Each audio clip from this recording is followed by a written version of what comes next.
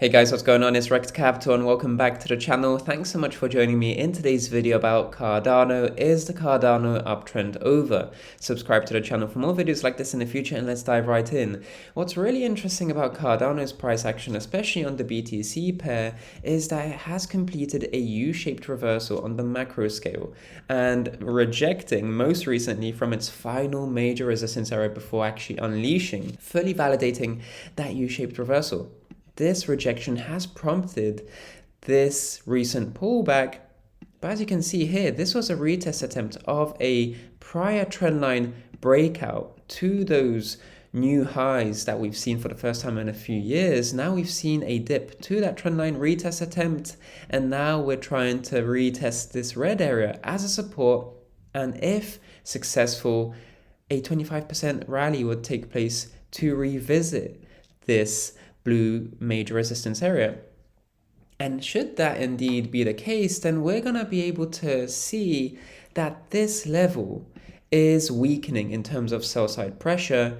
And should Cardano be able to successfully retest this red area as a support, then this area is not going to be able to withstand most likely another challenge. We'd see a breakout, especially upon a weekly close above this blue level, to turn this level as well into a support. So far so good, because at the moment we haven't seen a weekly candle close most recently above the top of this red box, but nonetheless we are still trying to retest the top of this red box as a support. Downside volatility is absolutely possible, and as long as we're still able to slink back up to the top of this red box and turn this into a support, then we'll move higher for Cardano to revisit those blue highs. But what's interesting as well on the USD pair is that Cardano is now respecting a multi-month higher low that Cardano has been rebounding from every single time it's revisited it. You can see these rebounds here.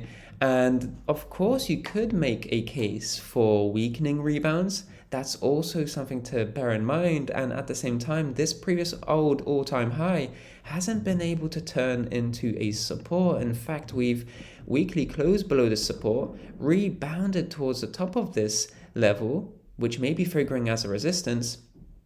And now Cardano is trying to hold on to this multi-month support, higher low support, in an effort to challenge this black level. And if it's able to reclaim this level as a support, then Cardano is going to return to this relatively wide range of $2.20 to $3.